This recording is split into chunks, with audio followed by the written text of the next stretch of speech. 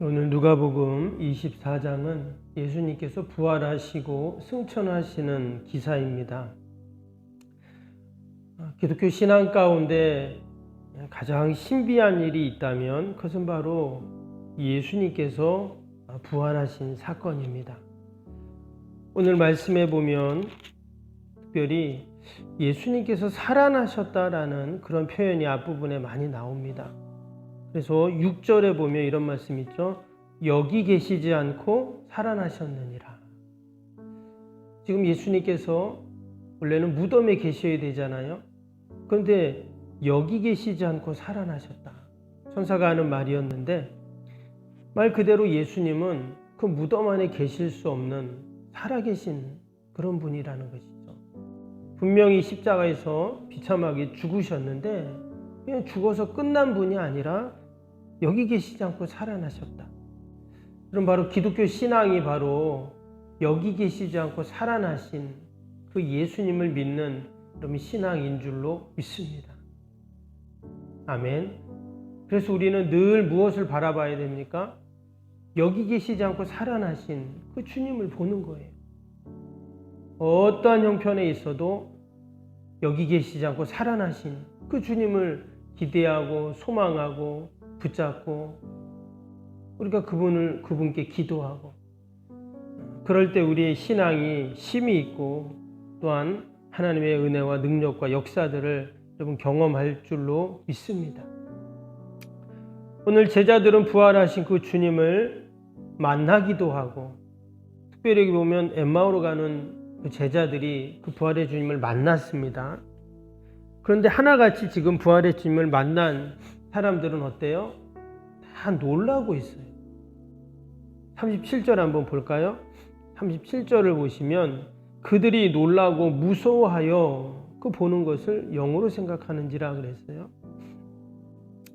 지금 부활의 주님을 만나면 기뻐할 것 같은데 지금 대부분이 다 어때요? 여인들도 그렇고 다 하나같이 무서워했다 이런 거예요. 한마디로 죽었는데 다시 살아날 수 없다는 거예요.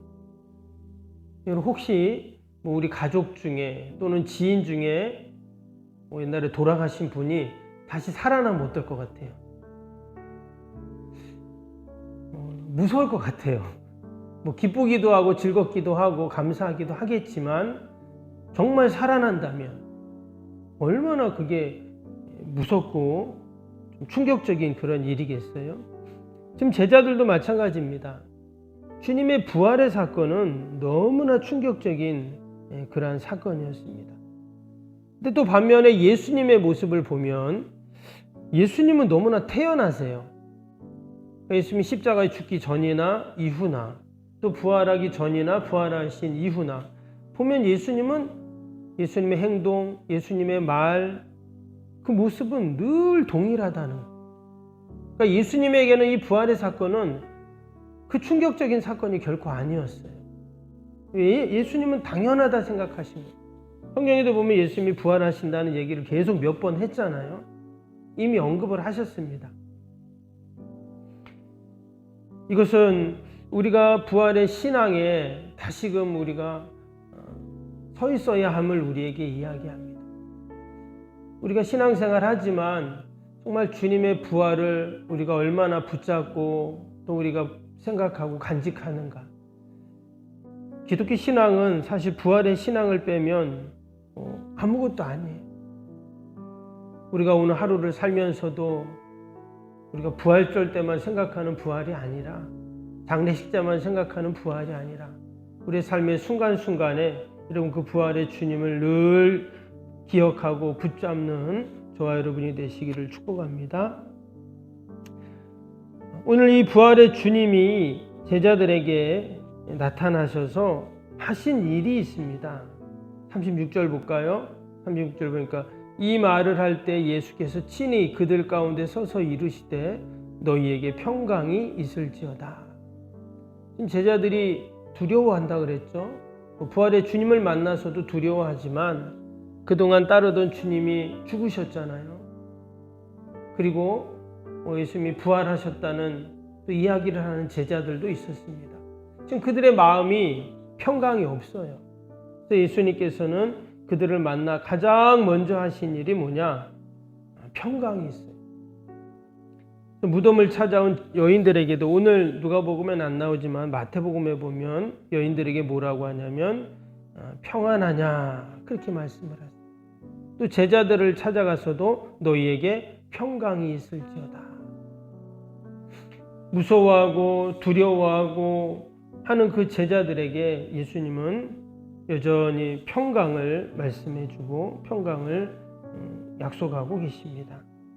동일하게 그 부활의 주님은 오늘도 우리의 삶 가운데 오셔서 우리에게 평강이 있을지어다 말씀하시고 우리에게 평강을 주시는 우리 주님이신 줄로 믿습니다.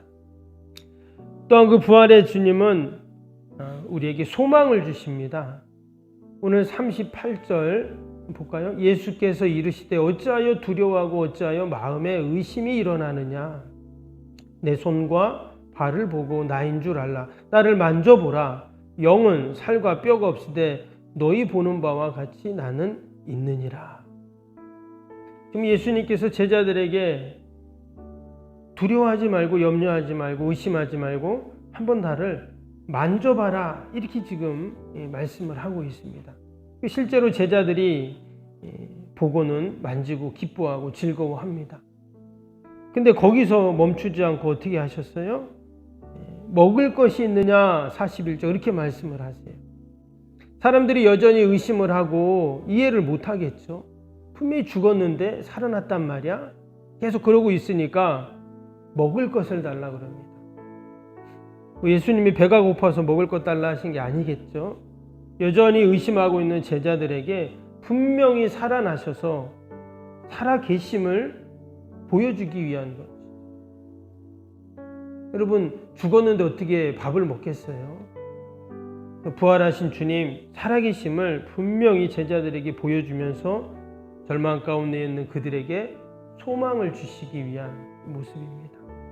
그래서 우리가 부활의 주님을 붙잡고 바라볼 때 여러분 주님이 주시는 그 소망이 우리 가운데 늘 새로워질 줄로 믿습니다. 사람은 절망하게 되면 포기하게 되면 더 이상 아무것도 할 수가 없어요. 그러나 여러분 소망이 있으면 어때요? 때로 힘들어도 어려워도 감당할 수 있거든요. 그래서 지금 제자들에게 소망을 줍니다. 그리고 마지막에는 41절 볼까요? 41절 뭐라 그랬습니까? 그들이 너무 기쁨으로 그랬어요. 그들이 기뻐했습니다. 그리고 끝에 보면 52절, 53절에도 그들이 그에게 경배하고 큰 기쁨으로 예루살렘에 돌아가 늘 성전에서 하나님을 찬송하니 그 부활의 주님께서 그들에게 기쁨을 주시죠. 죽음에서 생명으로 바뀌신 그 부활의 주님을 만나 이제 그들에게는 기쁨이 생겼어요. 앞에서는 무서워하고 두려워한다고 했는데 이제는 기쁨으로 바뀌었어요. 이전에 그들이 있던 곳은 어디입니까? 다 집에 문 잠고 숨어 있었어요. 그런데 그들이 이제는 성전으로 가서 하나님을 찬송하는 이 모습을 보면서 이것이 바로 부활의 주님을 만난 우리 성도들의 여러분 모습인 줄로 믿습니다. 오늘도 저와 여러분은 부활의 주님과 함께합니다. 부활의 주님께서 우리에게 소망을 주시고 또 우리에게 평강을 주시고 또 우리에게 기쁨을 주실 줄로 믿습니다. 그러한 믿음과 소망을 갖고 오늘도 승리하는 저와 여러분이 되시기를 주님의 이름으로 축복합니다. 우리 목요일 기도 함께 합시다. 61번부터 75번까지 기도입니다. 목요일 기도 61번부터 75번. 모든 예배를 통해 하나님의 임재와 회복, 치유의 역사를 경험하게 하옵소서. 아멘. 살아계신 하나님을 만나는 예배, 감격이 있는 역동적인 예배가 되게 하옵소서. 아멘. 온 성도들이 예배를 사모하게 하시고 저한 곳에서 예배자가 되게 하옵소서. 아멘. 성도들 간의 친밀한 교제를 통해 치유와 회복의 역사가 일어나게 하옵소서. 아멘. 한 사람도 소외됨이 없이 모든 성도들이 풍성한 사랑을 경험하게 하옵소서. 아멘. 선교와 구제, 섬김의 역사가 역동적인 예수 생명의 교회가 되게 하옵소서. 아멘. 새가족 모임과 구역 선교회를 통해 새가족이 교회에 잘 정착하게 하옵소서. 아멘. 올해도 구역 모임과 부서 모임, 남녀 선교회 모임이 잘 이루어지게 하옵소서. 아멘. 교학교가 더욱 부흥하고 청년부 모임이 활성화되게 하옵소서. 아멘. 성도들이 직분과 은사를 따라 1인 1사역을 실천하게 교회를 섬기게 하옵소서. 아멘. 모든 성도들이 예수님의 섬김과 헌신의 마음을 품고 신실하게 행하게 하옵소서. 아멘. 성도들의 다양한 은사와 잠재력이 섬김의 장으로 잘 연결되어 섬기게 하옵소서. 아멘. 성도들이 영혼권에 대한 마음을 품고 전도 대상자들 위해 기도하게 하옵소서. 아멘. 모든 성도들이 복음의 가치를 알고 복음의 씨앗을 뿌리는 삶을 살게 하옵소서. 아멘. 매주 새가족이 등록하게 하시고 교회 믿음의 뿌리를 잘 내리게 하옵소서. 아멘. 예수님의 이름으로 기도합니다. 아멘. 사랑과 은혜가 충만하신 하나님 아버지, 귀한 새벽에도 저희들을 이 기도의 자리, 믿음의 자리, 또 주님의 살아계신 이 현장으로 우리를 부르심을 감사합니다. 제자들이 부활의 주님을 만나고 그들이 성전에 가서 하나님을 찬양하고 또 경배했던 것처럼 우리도 늘 부활의 주님과 함께하고 또 주님을 찬양하고 높이는 저희들이 되게 하여 주옵소서. 하나님, 오늘도 우리의 삶의 현장 가운데 늘 살아계신 하나님을 높이게 하여 주시고, 또한 하나님, 두려워하고 염려하는 자가 아니라 주님이 주시는 평강, 그 소망을 붙잡고 우리가 늘 승리케 하여 주옵소서.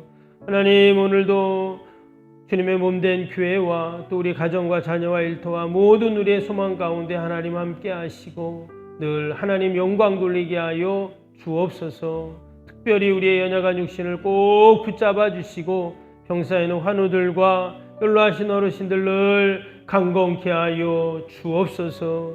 하나님, 힘들고 어려운 시대 가운데 대통령 의정자들에게 지혜를 더하시고 나라 국정을 잘 이끌어가게 하여 주옵소서.